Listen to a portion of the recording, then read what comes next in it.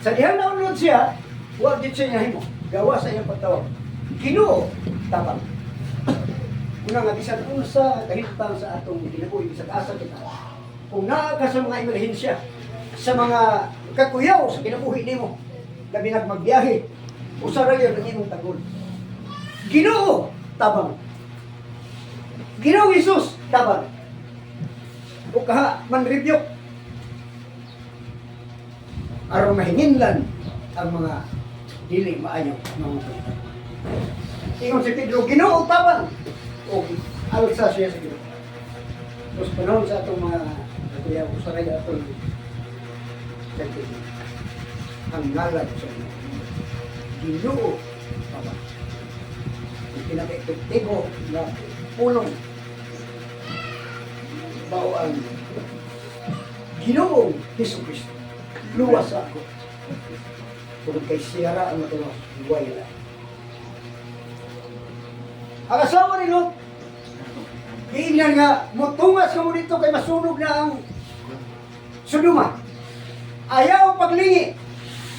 Ang asawa ni Lot, milingi man, kay na will sa ilang katigayunan. O sa ang asawa ni Lot, nahimong aliging asin. Pero mahimo siyang timaan sa mga tao na mga maduha-duhaon. Nulingi sila. Ari kita kang Jose. Si Jose wala magtanaw sa sirkumstansya. Sumala siya kaagi, giuban siya sa Mexico, kaya dumtanon siya.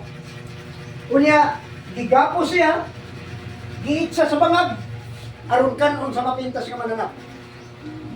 Pero usa sa ilang igsuon, naluoy, kay igsuon man. Kaya bisag kung sa gagawin sa igsuon man din. Ingon si Huda. Di lang na ito, pansyo na ito igsuon. Na amay mamalitay ulit na ito, ulit ibaligya. Usaon na ito pagpangatulungan dito sa itong tatay. Itong tatay, gitunis-kunis sa mga anak. Ato ni siyang hubuan. Ang yan sinina, nagito na ito sa dugo. Kanya, ipalataw si Jose na nagbahagra. Gidala sa Ehipto.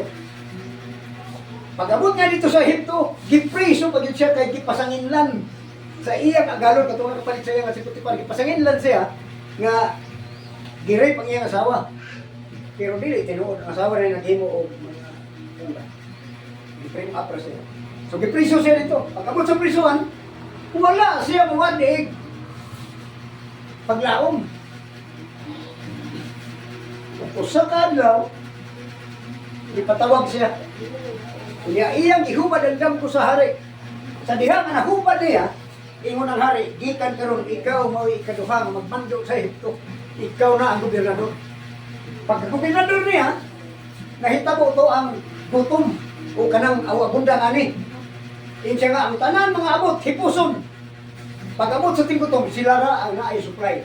So ang mga tagalaing nasod paingon sa Ehipto kay mamalitong pagkaon. Apil na ang iyang mga igsoon. Pag-abot ito sa mga igsoon, wa na makaila sa iya kay gobernador naman. Nausap naman Ehiptoano naman ang forma. Pero wala magdumot si Jose. Nabisan pa sa ilang himo. Ingon ni Jose nga, kamo naguna-huna mo daw tanan ko. Pero ang Dios naghimo niini aron maluwas ang tibuok katawhan gikan sa gutom. So kung unsa man ang sitwasyon, magpaanod ka lang kaya kabubuton sa Dios may matuon.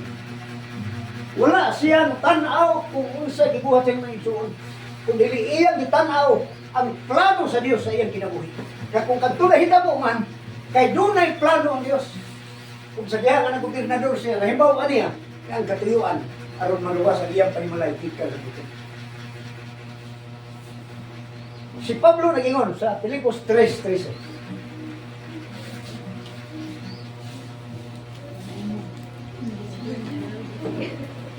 Mga igsoon, wala ko pa gayud isipa nga ako nagakupot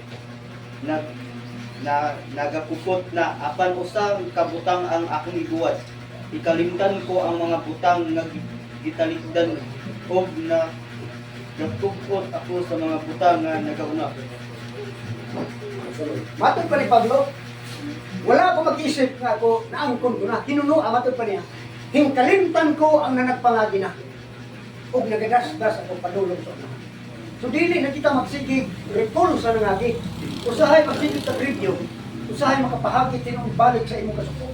Panenda na ay mga atraso, nga sige ka review, sige na, ayaw, kay ka na, gamit na sayaw para ka masamok. Ipakita sa imo ang imong kagahapon, nga dili maayo, nga naaantaw nga imong kikapuntan. Mapukaw ang dugay ng pagmingkalitan. Ano nga ni Pablo, kalimtan ko ang nagpangagi na, ang nagagasgas ako sa iyo. Umatid pa sa iyo, sinutihan karon, pinahanglan, makabukuon.